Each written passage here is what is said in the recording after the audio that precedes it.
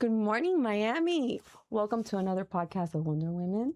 Today I have the great pleasure to introduce you to a good friend of mine, Genevieve Page. And I'm really excited because we're going to talk about what she does, but we're going to talk about a little bit about fashion and timeless pieces like the Birkin and the Kelly. We're going to talk a little bit, but I am so excited to introduce you to her. Thank you so much for being here. Thank you so much for having me. I'm super excited.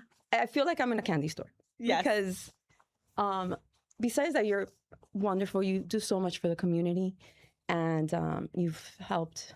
Janet Lorenzo, Emily Zuby. You're there. You're helping the community all the time. But you have a talent that every woman loves, right? We love purses. We love fashion. And you've been in the industry for many years. So let's talk about how you started and all the beautiful things you're doing. Yes. So I just kind of fell into fashion. They always say, do your passion. And Absolutely. And that's actually exactly what happened. I was going the medical field route, and I wanted to be a doctor. My whole life, I'm like, I'm going to be a doctor because I think that's what I love about entrepreneurship is just I like the thrill of it. So you get that also in medicine. And to this day, if you ask me, do you want to go to medical school? I'm like, yes, because I love it so much. But obviously, I'm a girl, that loves fashion, and Absolutely. I love the trends, and I love dressing up. But it's funny because I have 3 boys, and I always say that my business is my girl. It's like the only girl that I'm going to get. So I started I usually say I started when I was 20, but that's not even true because my mom was an interior designer, and then she did design jewelry on the side. So I've been in fashion. So it's in your blood. It's in my blood. It's in your blood. I've been in fashion since I was in middle school, designing jewelry with her. Wow. And I started my entrepreneurship journey at that time also because she would design the jewelry, and then I would model the jewelry, and then I would take like Ziploc bags to school and start selling the jewelry. So I would come home. Yes. I would come home with cash. Mommy made it. And then I had friends in, let's say, I went to Palmetto Middle. I had friends that went to Lourdes, and I had friends that went to Carrollton. So I would assign a couple girls at each school to take jewelry with them and also come back with cash. So you were a natural entrepreneur. Yes. So I started my journey when I was little. And then, always being in pageants or in fashion or getting involved with the community, it just stuck with me. It's part of you. And I started my business when I was 20. I was actually working in the ER at Doctors Hospital in Coral Gables. I still have lifelong friends that are in the medical field. Mm-hmm. And they always told me, look, you'll be really good at medicine, but I think this is what you should do. And after 2 years working there and, getting my degree in psychology, I minored in international business. And then immediately I left the hospital, and within 2 weeks, I was already building my website for now my boutique that I've had for 10 years. That says a lot about you. You had confidence and you listened. Yeah. A lot of times I've learned that people get signs throughout their journey. Yeah. And they continue with that same idea, and then you get like little clues throughout what you should be doing. And it's wonderful that you're doing what you're passionate about, because I tell my kids all the time, you got to do what you're passionate about. Yeah. Something that you're going to want to wake up to every single day and continue fighting for. Yeah. And be happy. Yeah. Because when you're happy, everything else falls into place, right? Because you're doing what you love, Yeah. And I truly believe you're never stuck in your career. Like, I feel like, as a fashion designer, I've been doing that for almost 10 years. I started the luxury side of my business only about a year ago. And I feel like there's still phases in my life. I'm 30. Absolutely. I started when I was 20. I feel like maybe every 10 years you are always transitioning into something new and evolving into your next phase. I think that goes with any career. But you started selling for your mom. Mm-hmm. And then you open your website, and now you have your beautiful store. Yeah. Relove. Yes. Yes. It's private label by Genevieve and Relove. It's beautiful. And I love the name because we were talking about it a little while ago, because you consign and someone's giving you something very valuable to them, but that's someone that is looking for something that's, I want to say, for me, in my case, it's like a moment in time that I'm trying to capture. Mm-hmm. So it's that love that you're looking for, something specific. Right. And you're selling those specific items. Yes. So tell me a little bit about the store and what you have in your store right now. Okay. So let's say when I was 20 years old, built my first e-commerce website. Within 6 months, I opened my first store. Wow. I started off in a small 200 square foot, like Mia Salon suite in Pinecrest. Okay.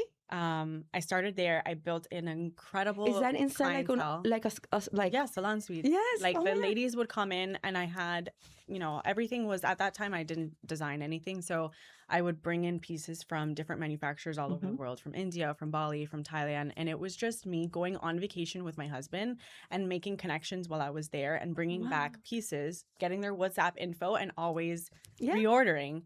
And people like that because it wasn't like I just went to a trade show in LA and started buying what everybody else has, the fast fashion. I was bringing in pieces that you can't get anywhere else. Absolutely. And they're artisan made and literally you will see them on the side of the road, hand sewing and hand crocheting everything that I would bring. They're beautiful people that do beautiful things. It's incredible the work that they do. You're absolutely right. So I was doing that and in the salon suite. So just picture like the women inside of the salon suites coming in with like their robes and like, like the shoes that you put on after you do your nails. Like that's how they would come shop. But my clientele, because I was in Pinecrest, I built it so quickly. A lot of local celebrities, a lot of just, women with money that like to shop. Right. So being there for about 2 or 3 years, I had an amazing clientele. And then from there, I had the courage to open my first real store, I would say, on Bird Road, right next to my Miami Twice, 65th. Oh my God, yes, that's close to my home. So again, I still wasn't doing the luxury side, but it was so funny that my next door neighbor was a consignment store. Right. And I still at that time never thought about it. I was doing so well, fast fashion, or not fast fashion because I never really did that, but artisan made, whatever. COVID comes. Actually, stop. I opened my second location. So now I was on Bird Road, and then I opened my second location in Pinecrest, which is where I was for about 8 years. I signed that lease in November. COVID hits in March. So I was in the middle of a build out. I ordered over $100,000 in inventory because now this was a 4,000 square foot store. Right. It was a massive warehouse. Huge. And I needed to fill it. Right. So, but I had confidence that I was selling so much and I had such a strong clientele. And then I started my custom clothing business. I had so much confidence that I was going to make that money back. Right. But COVID came, everything changed. And now I'm stuck with all this inventory for months that no one's going to events. No one is shopping. No one is doing anything. So, it's weird though. My fast fashion side completely like demolished, did not do well. But then my custom clothing business picked up. Wow, look at that. And no one was going to events. They just wanted something to do. They wanted something to design. So that's when I really started focusing on my custom clothing business. And I took off from there as a designer. That was maybe about 9 years ago. The time is all off. I had 3 kids since then. Time goes really fast when you're doing so many things, especially in fashion, that it changes so fast. Mm-hmm. I mean, everything has a time, right? And you like, right now I was thinking, this was from the 80s because I'm going to show you something that I have for you to see. And time with fashion, it moves really quick. Yeah. So I was, doing my custom clothing business for a long time. Lots of clientele. I've designed for people attending galas. Prom is huge for me. So brides. Can you say that your favorite is designing like gala dresses, prom? My favorite is designing for the prom girls, I think. Yeah. I don't know. It's such a great moment in life, right? Yeah. And it's just like seeing their their once in a lifetime. Your only other opportunity like this is maybe your wedding. Yeah. Like once in a lifetime. Yeah. So I don't know. I feel like brides are very emotional. I love you guys, but they're sometimes bridezilla, and my prom girls are just so like carefree and picking the fun colors and the fun designs, and it's just more interactive. Where the bride is just like, yeah, everything has to be perfect.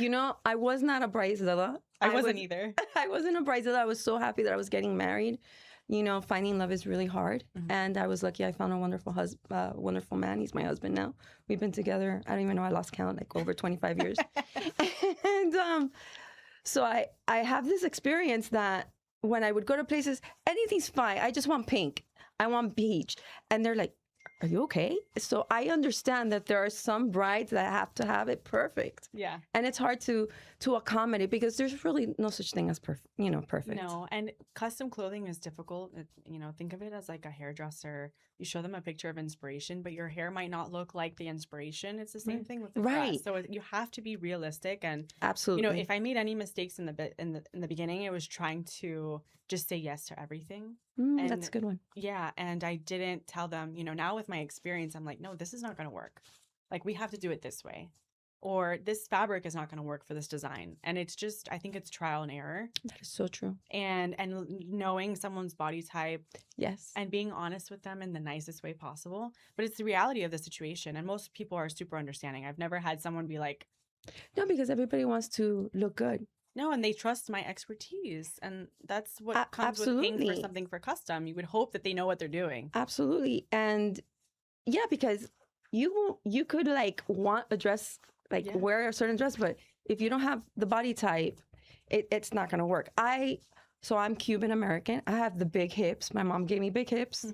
So wearing a tight dress for me, there has to be a certain dress and a certain material. So I understand perfectly what you're saying about material.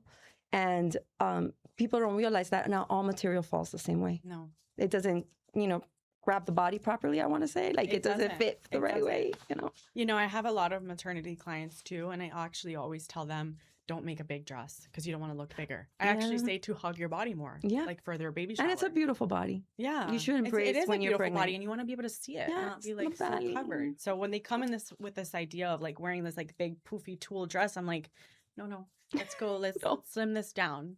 Yes, so you can appreciate it in the picture. And you can see the bump. Yes. There's nothing more beautiful than seeing the bump. But it's funny though, because then I started my luxury consignment business only about a year ago. I started in May of last year, so it's just over a year.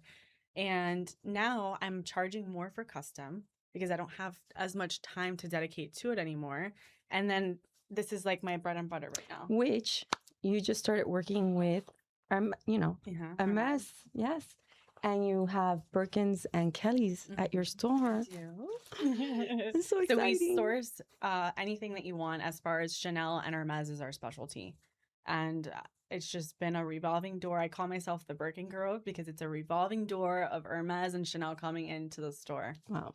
It's a really fun industry. So believe it or not, I got into designer because of my husband. So my husband loves designer clothes.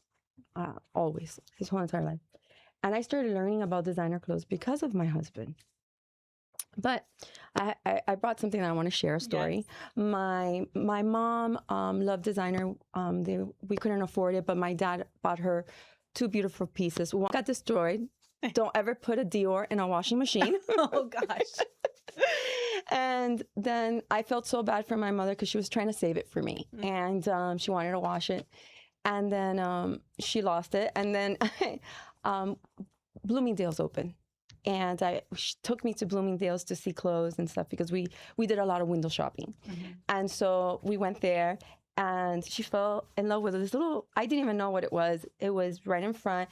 It was in a glass, I don't know, enclosure. And it was 2 bags. And she goes, oh, that's so beautiful.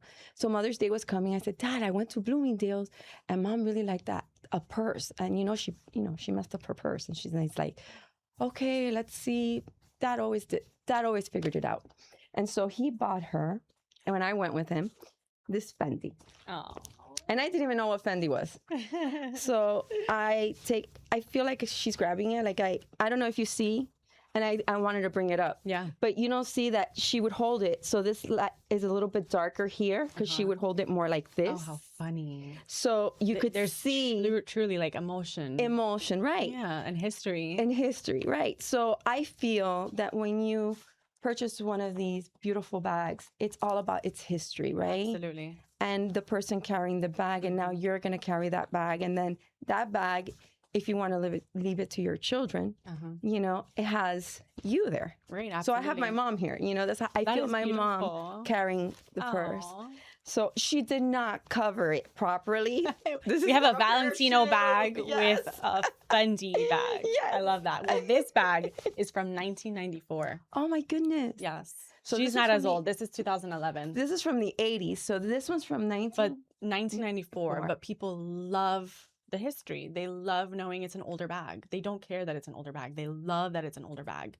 And this one, you can see that it has been loved. I know. I could see it. But there's one thing that is great about Hermès is that their leather no cambia. Yeah, you can't compare it to any other leather. No, you cannot. You can see the changes. You know, I love Chanel, but you could see the changes in the leather over time. Chanel's much, I want to say, softer. Yeah, they have some softer leathers. The caviar is, I would say, the hardest leather, but most of their leathers are very soft, especially like a lambskin, where Hermès, no matter the softest or the hardest, like they're all just amazing quality over time. And the patina on it, and it's funny because you say that this is a gold, but it looks more like beige. We were talking about it before we started recording. But if you switch the leather on this, it's gonna look like a different shade of gold. Really? So the leather will change the color. Wow. So let's talk a little bit about Birkins and Kellys. Yes. So I learned a little bit. So tell me the difference between a Birkin and a Kelly. Okay, so Birkin is going to have the two handles here, and it just like the Kelly flaps over and you close it differently. This one does. Oh, that's right. Over, right. I like you're gonna see on Instagram like all the girls like the Kelly is a little bit open. Yeah, the Kelly is even a little bit more straighter, right? I should have brought a Kelly. I had a Rouge H in the store, and it's one of like the most iconic reds that they have in Hermès. I should have brought it, but I didn't. And then this is a Birkin 40, and this is a Birkin 30. And there's different sizes. Yes. So let's talk about the sizes. So this is a Birkin 40. There's still one higher than this one, the 45. This is a 30, so there's a size in between, then a 25. And then with the Kelly, there's so many different sizes. But in Hermès, the smaller the bag, the more expensive it is. That's crazy. No one understands that concept. No. And also the smaller the bag is, the harder it is to get. Wow. And also color plays a role. Yes. So what color is this? This is gold on gold. Gold on gold. Yes. Oh, and there's also the hardware. The hardware is different. There's gold and what's palladium. Palladium? Palladium. Okay. Palladium hardware. Wow. But then there's also a bag that's called like So Black, and that's when the hardware is black. Oh, I haven't seen that one. Yes, it's rare. That is very rare. It's rare. And I learned that black is one of the hardest colors to get. Because there's a few that are hard to get. I mean, obviously, everything comes with a price. So if you want a black, you're going to pay more. The gold is also hard to get. The that green that you showed me, that one's very, very difficult to get. I always pick the most expensive stuff. Yeah. Sorry, honey. And it's not even like a sales like strategy, but I tell my clients all the time, if you're having me source a bag and you really, really, really want it, like be ready to buy it because it's a type of bag that will sell immediately, like the next day. Especially it does not exist, especially a specific color. Yes. And there's an industry standard, like if you're telling me to hold the bag for you, you have to follow through because it's like they'll black market you, like they won't want you to shop with them anymore. Something else I learned, I don't know, correct me if I'm wrong, is that the Kelly has one handle. Yes. But the Kelly is supposed to be held by one hand. As the Birkin, you could take it all the way to your elbow. Yes. Yeah. I mean, I think that with the Kelly, especially with the bigger sizes, you can hold it whichever way you want because it's spacious enough and you can strap it.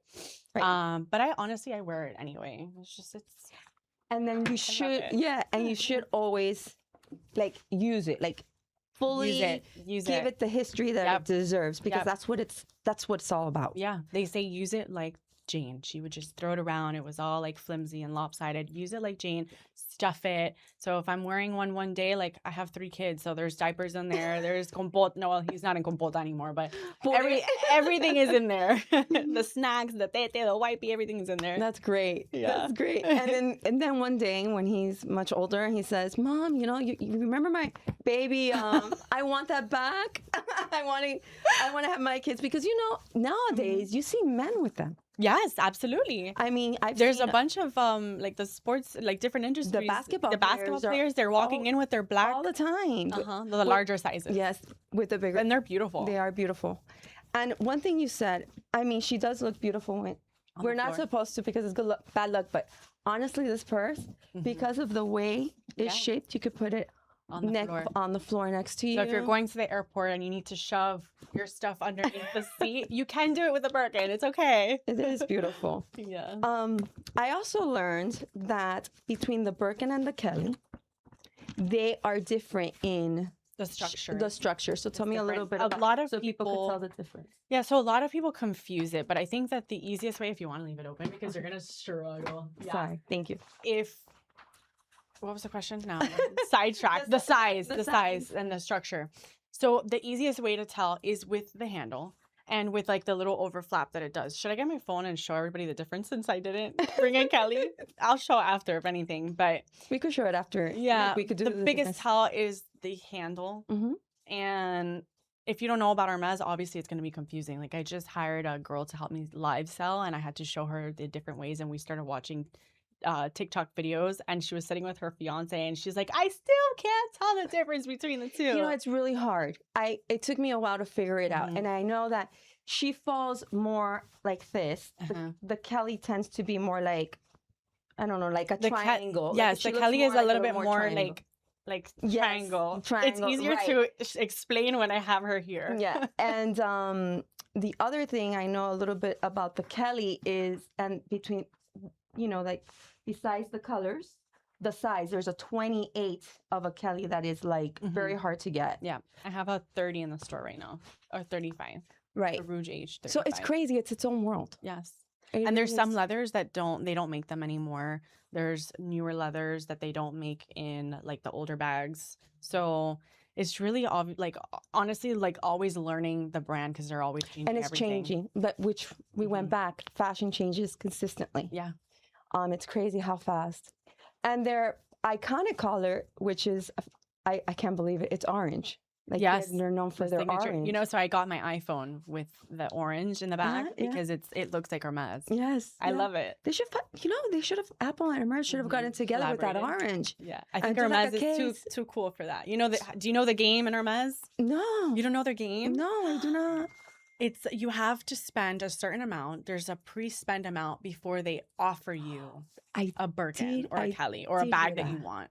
Wow. There's a pre-spend, and you can spend thousands and never get the bag that you actually want. They'll offer you a bag, but it might not be the color, it might not be the size. So you end up maybe paying more in the resale market. But I always tell my clients, you know, you are going to get it in the resale market, but at least you're going to get what you want versus spending hundreds of thousands of dollars before you're even offered a bag. Right. So it's just like this whole, you know, game behind on the psychology and the sale. I think something that speaks very highly of you is how everybody trusts you with their bags. Oh, thank you. So that says takes time to build. It does, but some people could take forever and not get there. No, it's true. That is true. And you have, because you take care. I've been to her store. It's beautiful. Thank you. You take care of every item. You know about every item. And, you know, this is important. You know, it's important to a person because they're trusting something that's very valuable to them. It's like Rolexes and, you know, all these new watches, you know, men now collect watches. Which we do also. I do fine jewelry and watches also. And women like purses and shoes. I'm a purse and shoe person, so it's our watch, you know. It's like what we strive to gain. But that trust is built honestly with just integrity and just being honest with your clients, and that's putting the face behind the brand. I'm really big on that, just being involved. You know, I feel like my husband says, honey, you're so honest that it gets you in trouble. I said, yeah, I think I can't be any other way than just to be honest. When I have a patient come into our office, you know, I tell them the truth. Yeah, sometimes we could fix you and sometimes we can't.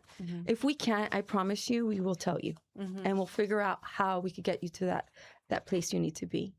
And it's really hard because in the medical field, when you're honest, some people don't want to hear it at all because they have that idea that I could get better. And some people do. And some people get a little bit better and some people don't get better. They stay stagnant. It's physical therapy. So it all depends. And it's a really hard, but honesty is the best model for 100%. Any business and for yourself. I think it gets you out of trouble. It solves problems quicker. That's true. Sometimes with my kids, I don't know if honesty is good, but you know how that goes. I know. Well, there's a lot of bribing. My kids are still too little, so sometimes there's little white lies just to get them out the door. Just wait. Honesty with my kids, and they, no, quiero, I don't want to hear it. I'm going to do it anyway. It's like, okay, but You know? They have to learn the hard way. So, I feel like yeah. with kids, you can't tell them, you have to show them. Yes. You have to show them, like, if my kids tell me one day when they're 15 years old, oh, I want to try your wine. I'm a wine girl. Okay, have the glass, but you're going to drink it with me. Absolutely. That's how I am. Yeah, that's how I am too. I believe honesty is the best policy with our kids, and showing them that I am honest. Mm-hmm. That's another way of them seeing that honesty Yes. works. Absolutely. So tell me, how does Relove look in the future? What is your future? What do you imagine? Like, what's your ultimate dream for Relove? Well, I've thought about this a lot, especially within the last year, because I just moved into a new location. Mm-hmm. And it's a beautiful showroom. I call it a showroom because it looks like a loft. It is beautiful. Floors, like it just looks really grand. My other store was massive, but this one just has like another like a special, like, I don't know, it just feels different for me. And picking this space, I'm like, okay, this is gonna be my next chapter. But then I realized that I don't know if I want retail much longer. I signed a 2-year lease, but I'm blowing up so much online, live selling, e-commerce. It doesn't require me to be in a physical place. So I picture myself maybe having the store, but being by appointment only. And just keeping it as a warehouse for all the inventory that I have and for the live selling. I'm going to need an office. So I don't see myself being retail forever. I definitely see more e-commerce side in the live selling. I'm now the face of an app called ShopBids. So it's the new Whatnot, the new TikTok shop. Wow. They are blowing up. We're actually leaving to a trade show in September.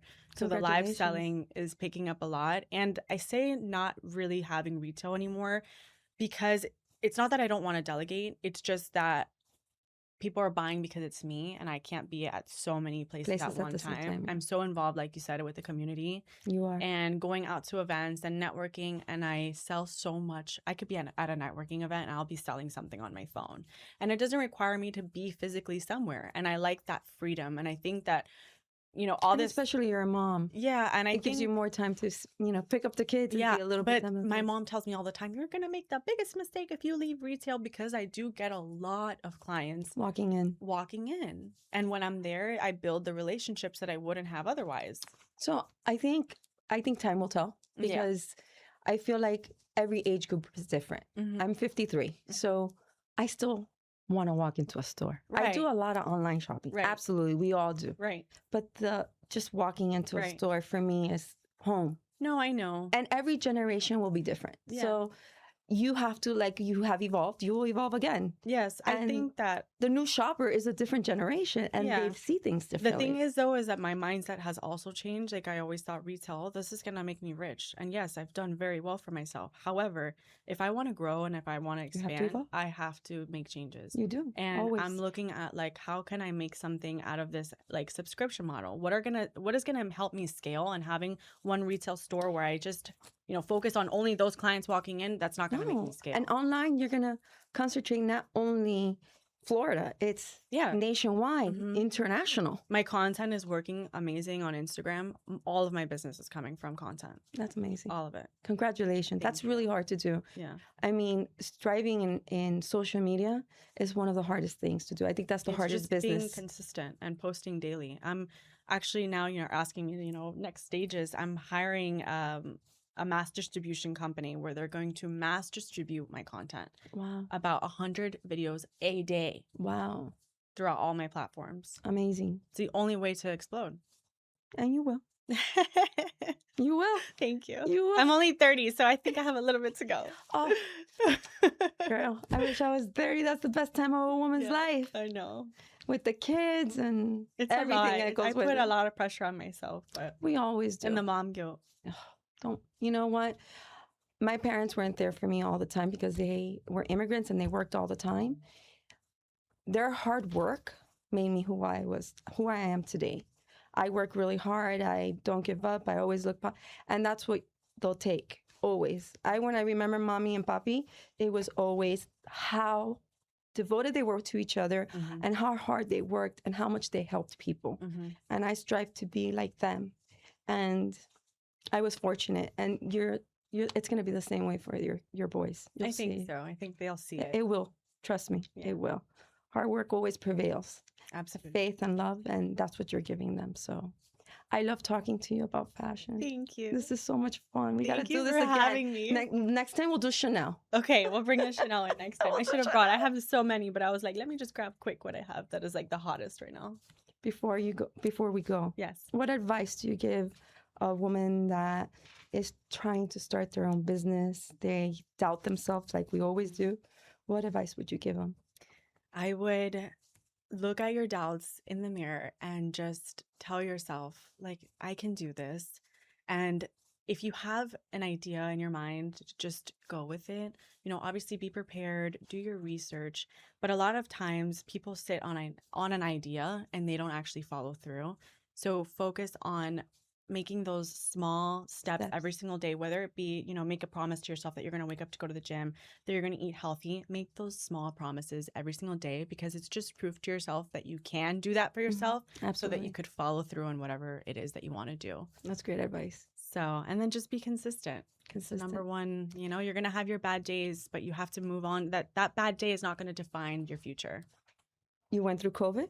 It was a really bad time. Bad. And look where you are today. Absolutely. Prime example of a Wonder Woman. Thank you. Aww.